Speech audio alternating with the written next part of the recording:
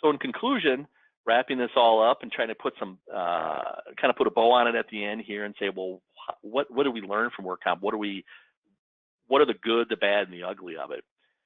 And it's really, remember, workers' compensation is really a balancing act between the competing interests of employers and the employees. And if you observe this over time, there's really a constant back and forth of the law and applying to benefiting employers maybe a little bit more. Usually it's benefiting the employees a little bit more.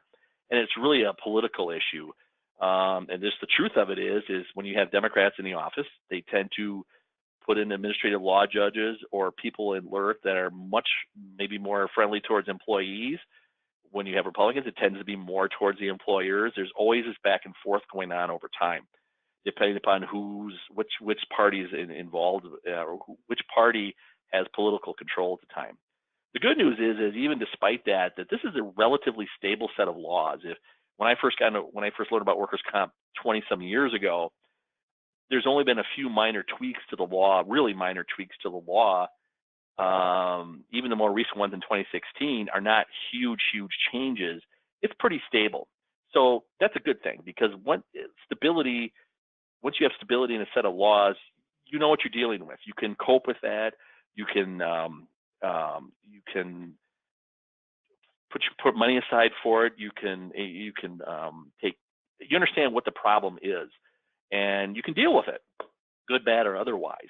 And so it is a relatively stable set of laws. However, again, it has remained for all this time a very state law issue, not federal law. The feds have really not gotten involved in this, except for some very limited areas, as I talked about before. This is really state-by-state law comparison, which makes it a little difficult, because now you have to learn, if you're operating in different states, you have to make sure that you're complying with each state, but that's how it is. Most states leave the workers' comp insurance to the private market. So 32 of the states leave it to the private insurance market. 11 states kind of combine state and private insurance to meet their workers' comp needs. 7 states are monopolistic, meaning that the state is the one that acts like the insurance company, and they're the one you pay to the state, and the state actually administers everything. It's not through private insurance at all. And I mean, that's just how it's kind of laid out.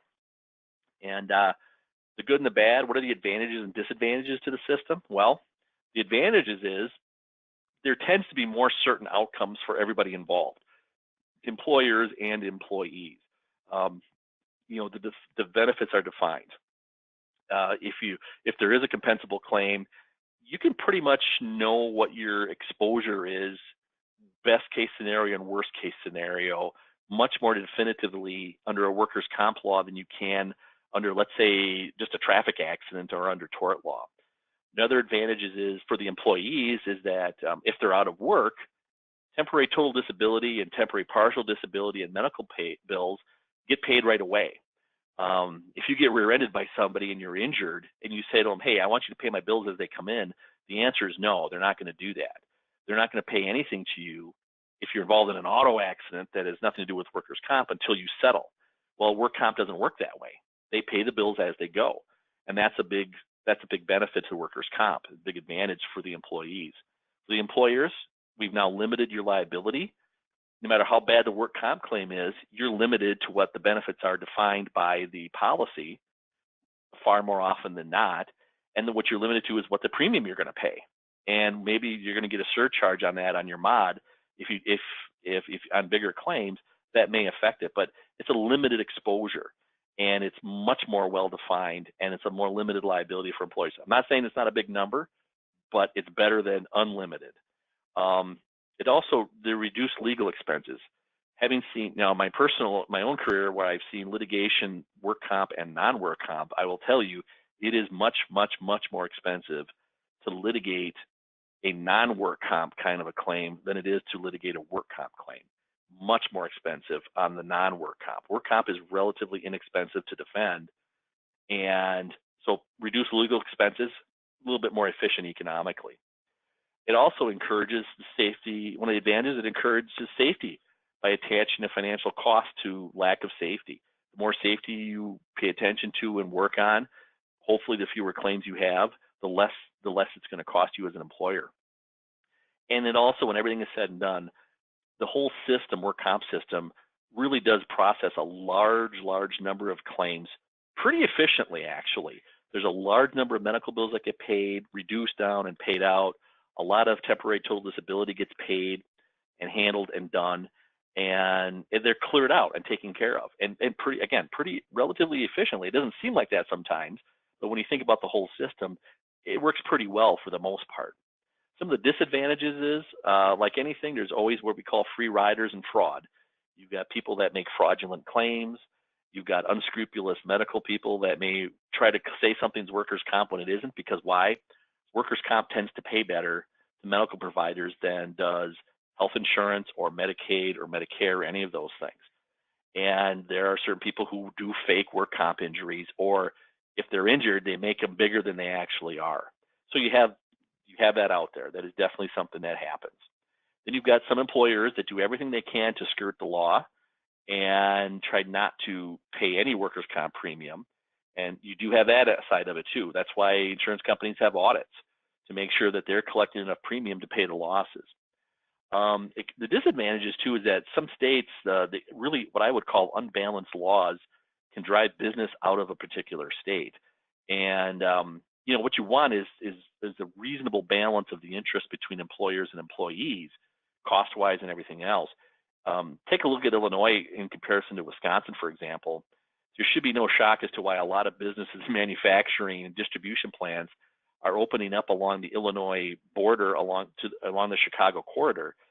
And one of the reasons is it's lower cost to run in Wisconsin, and the work comp is significantly cheaper here than it is in the state of Illinois, and it can create a real disincentive to businesses in certain areas.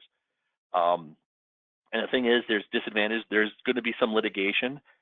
There's always going to be some amount of litigation, just not as much as you would see in some other areas of the law. So again, it's not a perfect system, but I'm not sure what you'd replace it with that would do a better job of balancing all these competing interests and making it more efficient. And one important thing is, and if you're as your employer and you're looking and you're dealing with work comp issues, is don't ever substitute the way you think things should be for the way the law is actually interpreted by the Department of Workforce Development, by LERC, or by the court system. You may not like the way things are or the way the law is. You may not think it's fair, but that's what the law is. And the best way to deal with it is to understand what the law is, how it works, and to deal with it the best way you can within what the law allows. And that will give you the long-term best benefits that you can get out of all this. And most importantly, educate yourself, ask questions. I invite you to visit the Department of Workforce Development website. They have a lot of information on there that it's kind of the source material. And again, talk to people that actually handle workers' comp and have handled it for a long time. They will give you the best insights. Because again, this presentation has been about understanding kind of the basics of the system. When you actually get out there and have to deal with individual cases, that you really learn a lot. So talk to people that are in the know about it and deal with it to educate yourself and get the best outcomes you can. And one word of advice to every employer out there is to make sure you get active in your claims to help control the costs. Work with your adjuster. Deal with, if someone's injured, start dealing with it immediately. Don't wait 3 or 4 days to start dealing with it. Start dealing with it immediately by getting the claim reported, talking to the adjuster, and getting a handle on what the situation is.